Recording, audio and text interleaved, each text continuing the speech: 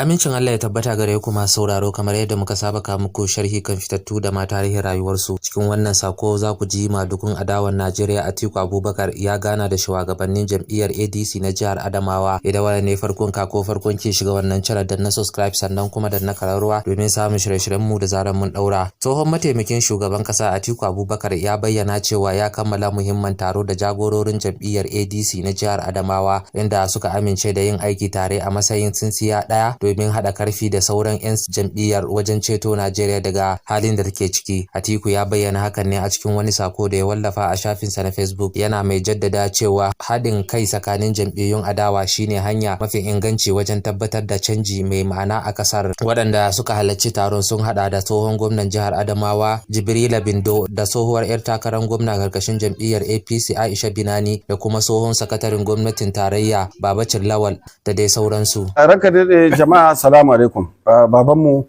former vice president, insha Allah, shugaban gobe, shugaban Najeriya, shugaban talakawa,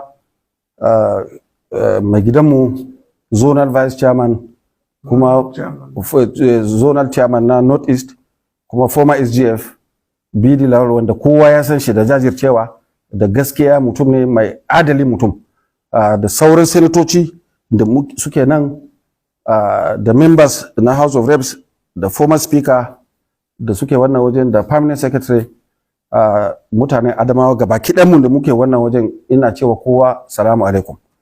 Yau mun yi meeting a gidan babanmu former vice president. Normally muke wannan meeting kowane wata, under the leadership nashi muna wannan meeting.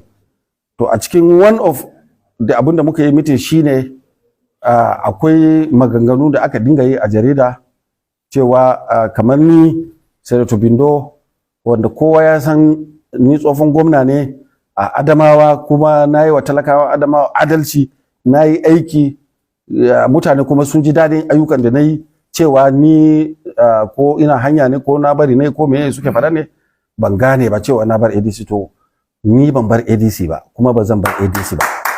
Don haka don Allah jama'a ku fahimci wannan abu. Masu goyon bayan mu ku yi hakuri, kasa Hausa mu nan mutane mu bi sai a hankali.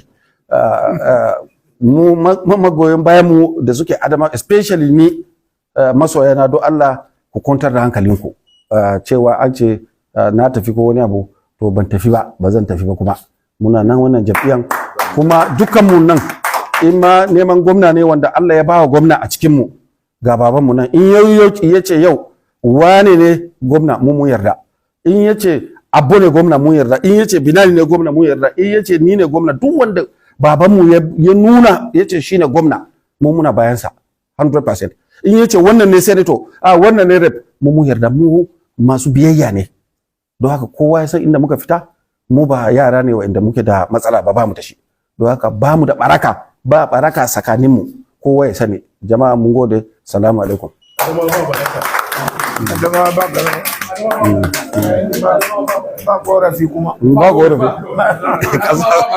To masu sauraro, ka ku manta ku danna subscribe sannan kuma danna kararruwa domin samun shirye-shiryen mu da zaran mun daura.